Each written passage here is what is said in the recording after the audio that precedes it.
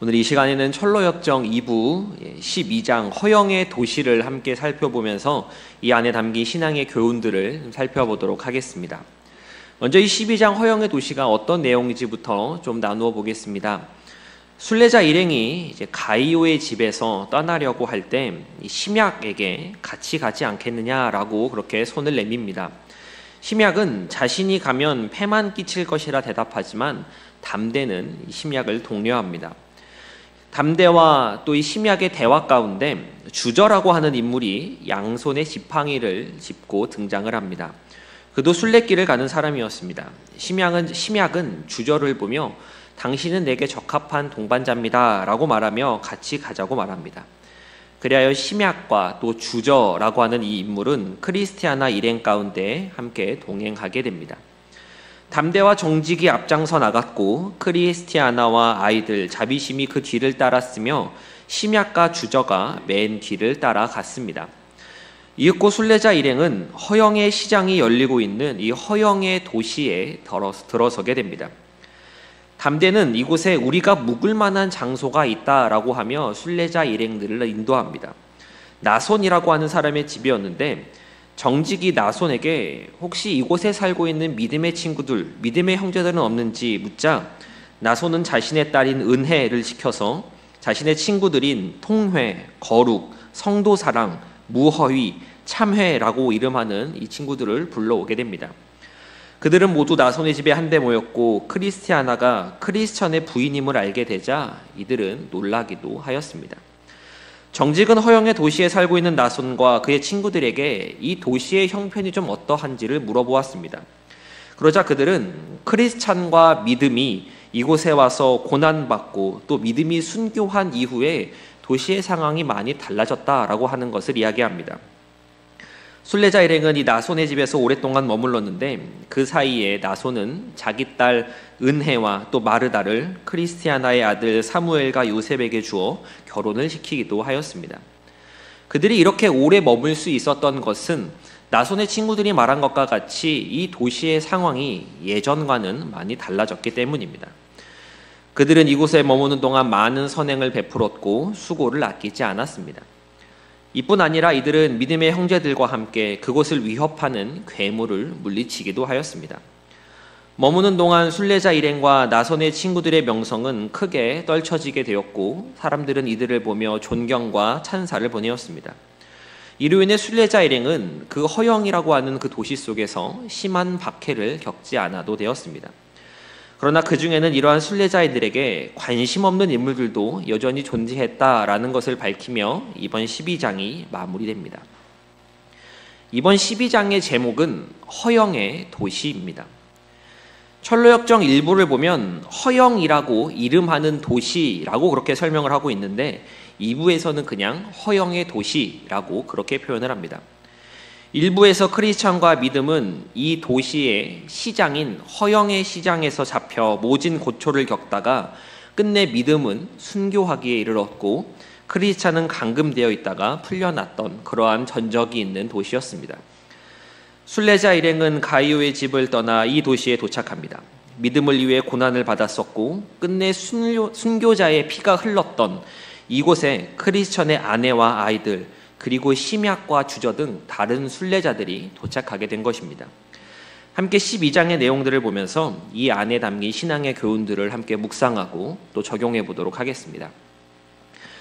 오늘 크게 두 부분을 살펴볼 텐데 먼저는 이들이 허영의 도시로 출발하기 전에 있었던 일부터 먼저 살펴보도록 하겠습니다. 바로 심약과 주저라고 하는 인물이 이 순례자 일행에 동행하는 그 부분입니다. 가이오의 집을 떠나면서 순례자 일행은 심약에게 같이 길을 떠나자라고 그렇게 이야기를 합니다. 심약은 앞선 11장에서 선을 죽이는 이런 살선이라고 이름하는 거인에게 붙잡혀서 죽을 뻔한 그런 위기를 넘겼던 인물입니다. 심약은 이름 그대로 마음이 약한 사람이었고 순례의 길을 걸어가기가 쉽지 않은 사람이었습니다. 그러나 지난주에 우리가 나눴던 것처럼 이 사람은 참된 믿음을 가진 사람이었고 거듭난 사람이었습니다. 심약을 통해 보여주는 것은 거듭난 사람이다라고 할지라도 모두가 담대와 같이 강하고 용맹스럽지만은 않다라고 하는 것입니다. 즉 거듭났지만 그래도 연약한 사람들이 있다라고 하는 것을 이 심약이라고 하는 인물을 통해 보여주는 것입니다. 같이 순례의 길을 가자는 이 담대의 말에 심약은 머뭇거립니다. 순례의 길을 자신이 따라가면 자신은 민폐만 끼칠 것 같았기 때문입니다.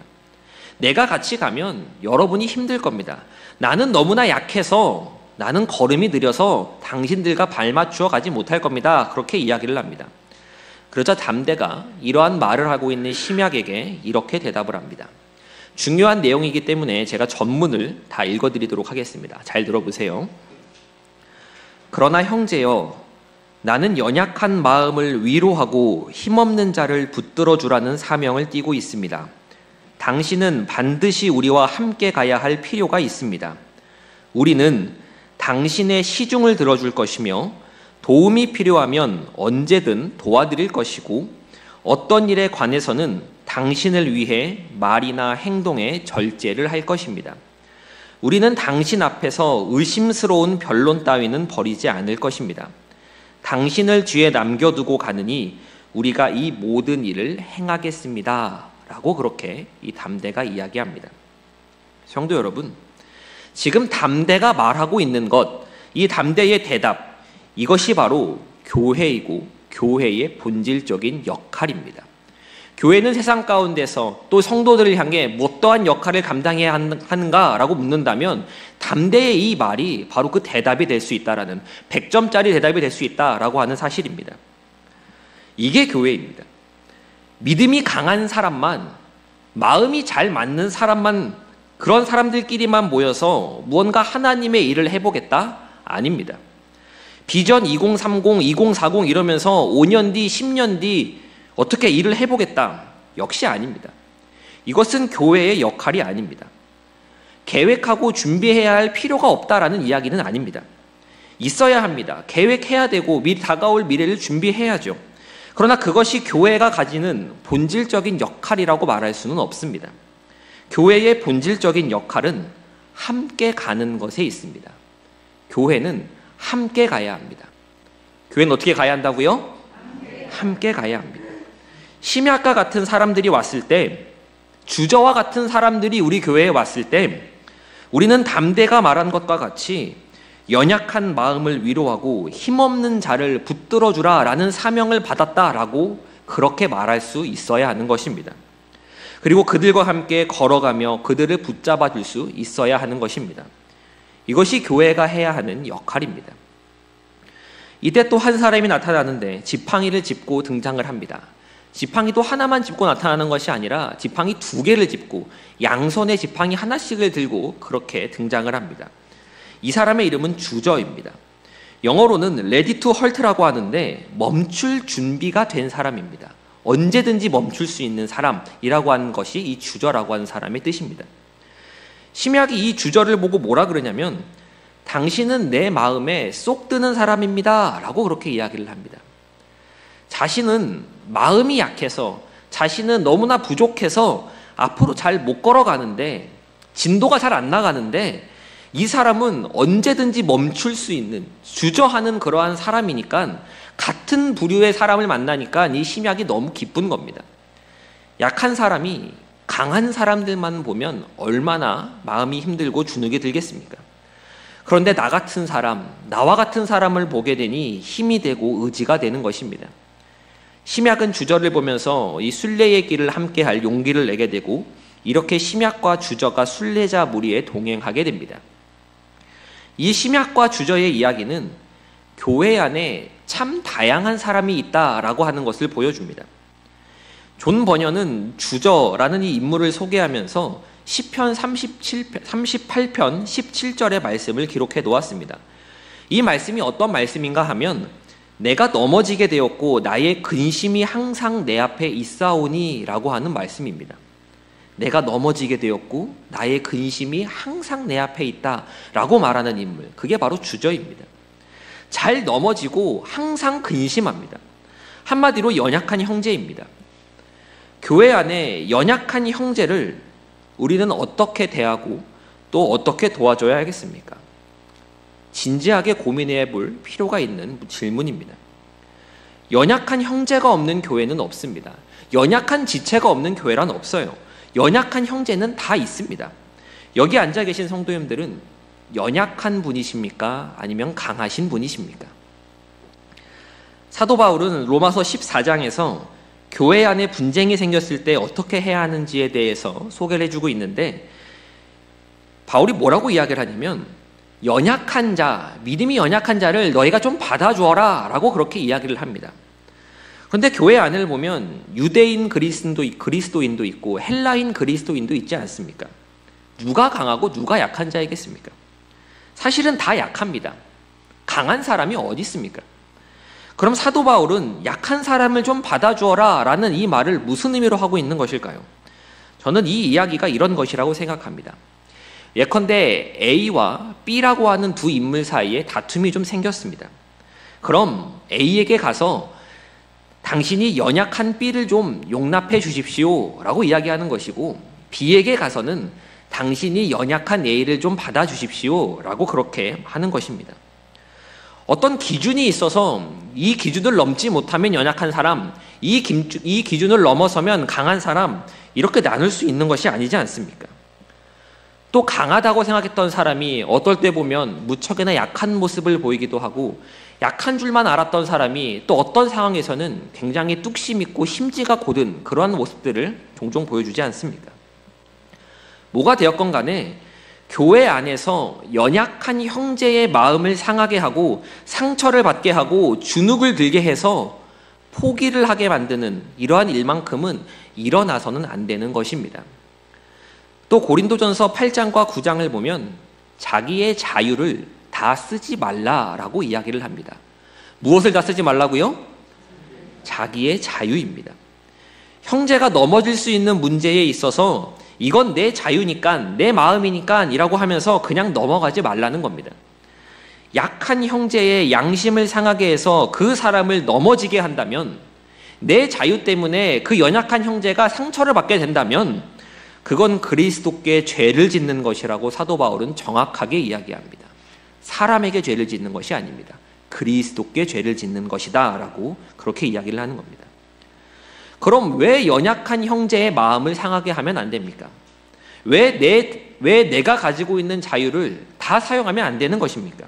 그 이유는 그리스도의 몸인 교회를 그리스도의 몸답게 세우고자 하기 위함입니다. 즉 그리스도의 몸된 교회를 세우는 것이 가장 중요하기에 연약한 형제를 배려하고 참아주고 이 형제를 위해 자유를 다 쓰지 말 것을 이야기하는 것입니다. 가끔 보면 교회 사역에 매몰되어서 사람을 놓치는 경우를 종종 보게 됩니다. 사역을 해냄에 급급해서 사람을 잃어버리는 일들이 생기는 것입니다. 뭔가 이 사람이 거추장스럽고 빨리 일을 이루어야 하는데, 얼른 진도를 나가야 하는데 저 사람은 계속 저렇게 머뭇거리니 저 사람을 제쳐버리고 저 사람을 버려두고 얼른 일부터 하고 와서 그 사람을 챙기면 되지라고 그렇게 생각하는 것들입니다. 우리는 이러한 생각이 들 때 이를 주의하고 경계할 수 있어야 합니다. 우리는 심약과 주저의 모습을 보면서 교회는 그리스도의 몸이고 연약한 형제는 주님이 더 귀중하게 여기시는 지체라고 하는 사실을 결코 잊어서는 안 됩니다. 나는 강한 사람이 아닙니다. 교회 안에서 강한 사람이란 없습니다. 나 또한 연약한 지체일 따름입니다. 혹여 내가 누군가를 보면서 누군가에 대해서 참아주고 내가 배려해주고 내가 용서해주고 있다면 누군가 역시 나를 보면서 참아주고 있고 기다려주고 있고 용서해주고 있다는 사실을 우리는 알아야 합니다.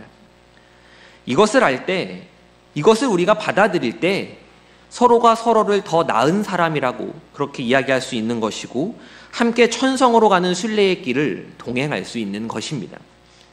내가 저 사람을 참아주고 있어, 언제까지 참아줘야 돼, 이것이 아니라 그렇게 생각하는 사람이 나에 대해서 또 그렇게 생각하는 사람이 있다라고 하는 것입니다. 교회는 함께하는 곳, 그리고 함께 가는 곳이 되어야 합니다. 이 교훈을 기억하면서 나아가시는 저와 서울제일교회 성도님들 되시기를 간절히 소망합니다. 둘째로 변화된 허영의 도시에 관한 부분을 보도록 하겠습니다. 과거 허영의 도시, 또 이 허영의 시장을 생각할 때 이곳은 말 그대로 나쁜 놈들만 모여있는 그러한 도시였습니다. 판사도 그랬고 배심원들도 그랬습니다. 다 억지를 쓰는 말도 안 되는 논리를 가지고 이야기하는 그러한 못된 사람들이 넘쳐나는 곳이 이 허영의 도시였고 허영의 시장이었습니다. 이곳에서 크리스찬과 믿음은 고난을 받아야 했고 대가를 지불해야 했으며 순교의 피를 흘려야 했습니다. 하나님께서는 믿음의 순교와 이 크리스천이 받은 고난을 헛되이 돌리지 않으셨습니다. 앞선 믿음의 선배들이 닦아놓았던 그 길을 이제 그의 아내인 크리스티아나 일행이 마주하게 됩니다. 이들이 도착한 허영의 도시는 매우 달라진 곳이었습니다. 이곳에 신실한 사람들이 생기게 된 것입니다. 믿음의 순교를 보고 크리스천과 함께 순례의 길을 따랐던 소망만이 아니라 나손과 그의 친구들 역시 회심하게 된 것입니다. 크리스티아나 일행을 맞이하게 된 나손은 은혜를 시켜 믿음의 형제들을 다 불러옵니다. 그리고 이들을 통해 변화된 도시의 이야기를 듣고 순례자 일행이 어떠한 일들을 거쳐서 여기까지 이르렀는지를 듣게 됩니다. 크리스티아나 일행은 이 허영의 도시 나손의 집에 머물면서 많은 봉사와 수고를 아끼지 않았습니다. 옷을 만들어 입혀주었고 그들을 위해 많은 봉사를 베풀었습니다. 또 믿음의 형제들과 함께 숲속의 괴물, 이 마을의 사람들을 괴롭히는 숲속의 괴물도 함께 퇴치했습니다. 그 결과 이들의 명성은 더욱 높아지고 존경하는 사람들이 생기게 되면서 허영의 도시 안에서 믿는 자들을 박해하는 이 박해가 점점 줄어들었다고, 또 점점 또 그런 박해들이 없어졌다라고 그렇게 이야기하면서 이 허영의 도시가 또다시 변화하는 사실을 이 전번연은 그려내고 있습니다. 성도 여러분, 어떻게 하면 허영의 도시처럼 반기독교적이고 세속적인 사회가 변화될 수 있는 것일까요? 우리가 살고 있는 이곳 서울은 어떻습니까? 서울은 허영의 도시, 허영의 시장이 아니라고 말할 수 있습니까? 서울은 경건한 그런 도시인가요? 서울도 허영의 도시이지 않습니까? 그럼 어떻게 해야 이곳이 변화될 수 있는 것이겠습니까? 예루살렘의 초대교회를 한번 생각해 보겠습니다. 성령으로 충만한 그리스도인 공동체가 그곳에 있었습니다. 그 공동체의 영향력이 어떠했는지 사도행전 앞부분을 읽어보면 잘 나타내주고 있습니다. 예루살렘이 어떤 도시입니까? 예수님께서 피를 흘리신 도시 아닙니까? 수많은 선지자들이 죽임을 당하였고 피를 흘렸던 도시가 바로 예루살렘입니다. 그런데 오순절 성령 강림 이후에 베드로와 사도들이 설교를 하게 되고 3,000명이 예수를 믿게 됩니다. 그리고 그 이후에도 성도의 수는 계속해서 늘어났습니다.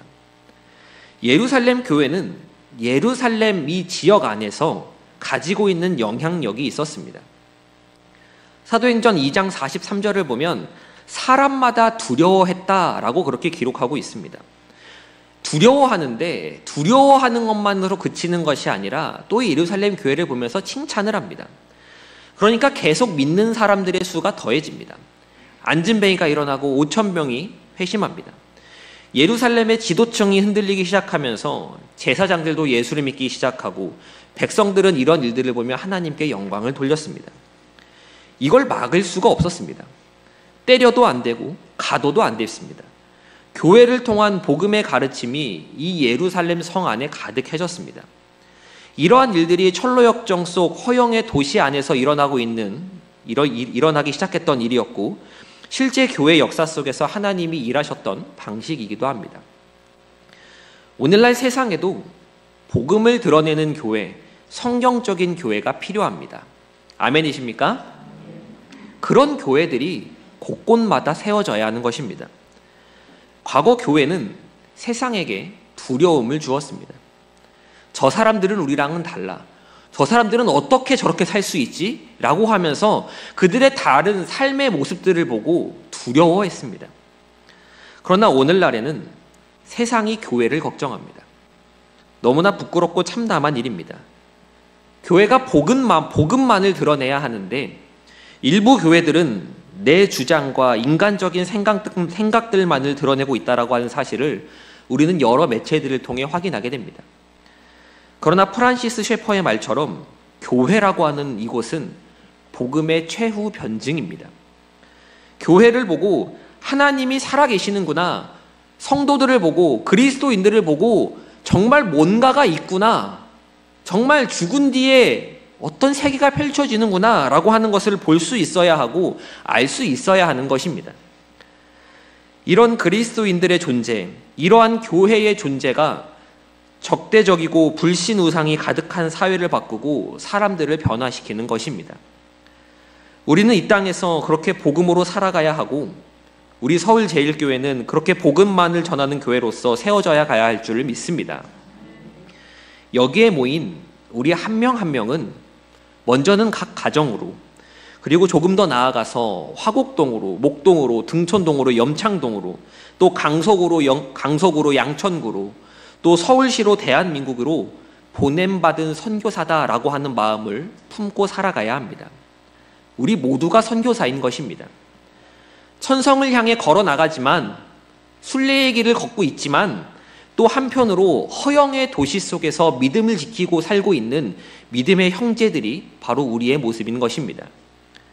예수만 믿으면 끝, 교회만 나오면 끝, 내 할 일 다 했다, 이것이 아니라 정말 내 삶 속에 복음이 드러나고 있는지, 내 모습 속에서 예수 그리스도의 흔적이 묻어나고 있는지 우리는 돌아볼 수 있어야 합니다.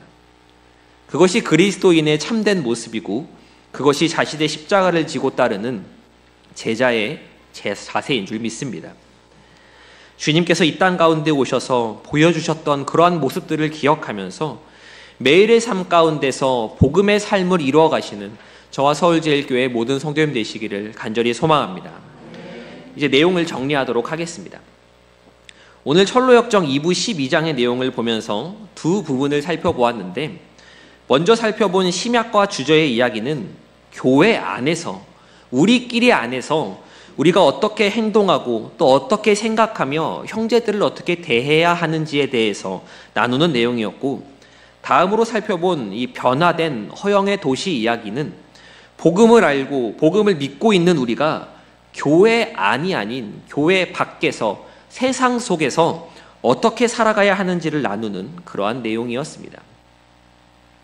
세상은 강해져야 한다라고 말합니다. 강해지면 이길 수 있고, 강해지면 감당할 수 있고, 강해져야만 한다라고 그렇게 이야기를 합니다. 그러나 예수 그리스도의 복음 안에서 강해져야 한다는 논리는 적용되지 않습니다. 교회 안에서, 믿음의 공동체 안에서 강해지면 뭐 하겠습니까? 강해져서 뭘 하려고 하십니까? 교만해져서 정죄하고 연약한 이들을 비판하는 것밖에 더 하겠습니까? 아유, 나는 안 그래, 나는 강해지면 약한 사람들 도와줄 거야, 말은 그렇게 할 수 있죠. 하지만 인간이라고 하는 존재가 얼마나 죄악된 존재인지 성도님들의 삶을 통해, 경험을 통해 그 누구보다 잘 알고 계시지 않습니까? 그럼 강한 믿음은 어떠십니까? 복음 안에서 강한 믿음이란 없습니다. 다만 성숙한 믿음만 있을 뿐입니다. 어떤 믿음이 있다고요? 성숙한 믿음이 있습니다. 우리는 강한 믿음, 완전한 믿음을 추구하는 것이 아니라 성숙한 믿음, 예수 그리스도를 닮아가는 믿음을 추구해야 할 줄 믿습니다. 그래야 연약한 이들에게 손을 내밀어 줄 수 있는 것입니다. 심약과 주저가, 이 심약과 주저라고 하는 인물들이 남 이야기, 나와는 관계없는 이야기라고 생각해서는 안 됩니다. 내가 성숙해져서 그런 사람들, 우리 교회 가운데 심약과 주저가 오면 내가 손을 잡아줘야지, 내가 도와줘야지, 내 눈에 어떠한 사람이 심약과 주저로 보인다면 나 역시 다른 이들 눈에 심약과 주저로 보일 수 있다라는 사실을 우리는 잊지 말아야 합니다. 서로가 서로를 참아주고 배려해주고 나 같은 사람을 기다려줘서 고맙습니다 라고 말할 수 있는 공동체, 양보해주고 참아줄 수 있는 공동체가 되어야 하는 것입니다. 언제까지 참아주고 언제까지 기다려줘야 합니까? 천국 가는 그날까지 참아주고 기다려줘야 합니다. 예수님께서 나에게 그렇게 해주고 계시지 않습니까? 예수님께서 그렇게 해주시는 은혜를 나는 받고 있는데 다른 사람들은 왜 받아들이지를 못하는 것이겠습니까? 받은 사랑을 다른 이들에게 실천하려고 하는 것, 그것이 하나님이 기뻐하시는 그리스도의 몸된 공동체인 것입니다. 또한 우리는 세상에 비춰지는 우리의 모습에도 관심을 가져야 합니다. 우리는 달라야 합니다. 뭐 해야 한다고요? 달라야 합니다. 다른 기준으로 살아가야 하고 다른 가치관을 가지고 있어야 하고 다른 관점으로 볼 수 있어야 하는 것입니다. 우리는 이 땅에서의 삶이 끝이 아님을 알고 있습니다. 100년도 채 살지 못하고 죽는 인생, 이것이 끝이 아니고 그 이후의 삶이 있음을 알고 있습니다. 영원한 삶을 바라보며 주님 계신 저 천성을 향해 한 걸음 한 걸음 걸어나가는 성도들이지 않습니까? 그렇기에 다르게 살아야 한다고 하는 것, 다르게 살 수밖에 없다는 것은 너무나 당연한 이야기이고 말할 필요조차 없는 그러한 이야기임에도 불구하고 정작 살아가는 매일의 삶을 보고 있노라면 나는 믿지 않는 자들과 무엇이 다른가 싶을 때가 참 많은 것만 같습니다. 복음으로 산다는 것은, 복음을 드러내며 산다라고 하는 것은 그저 설교 몇 편 들었다고 해서 이루어지는 것도 아니고 신앙의 연차가 쌓인다고 해서 저절로 이루어지는 것도 아닙니다. 자기를 부인하고 자기 십자가를 지고 주님을 따를 때 가능한 것입니다. 빛 대신 주님의 발자취를 따라 걸을 때, 그 발에 내 발을 맞추어 걸어갈 때 그제서야 복음으로 살아갈 수 있게 되는 것입니다. 나는 정말 그렇게 살고 있는지, 아니 그렇게 살기 위해서 애쓰며 발버둥 치고 있는지 우리는 다시금 점검해 보아야 합니다. 말로만 예수 믿는 사람, 일요일에만 시간이 안 되는 사람, 그런 것이 아니라 삶의 모습 속에서 행동으로 복음을 나타내는 우리가 되어야 할 줄 믿습니다. 오늘 나눈 교훈들을 기억하시면서 신앙의 여정, 순례의 길 가운데 유익을 삼으시는 저와 서울제일교회 모든 성도님 되시기를 간절히 소망합니다.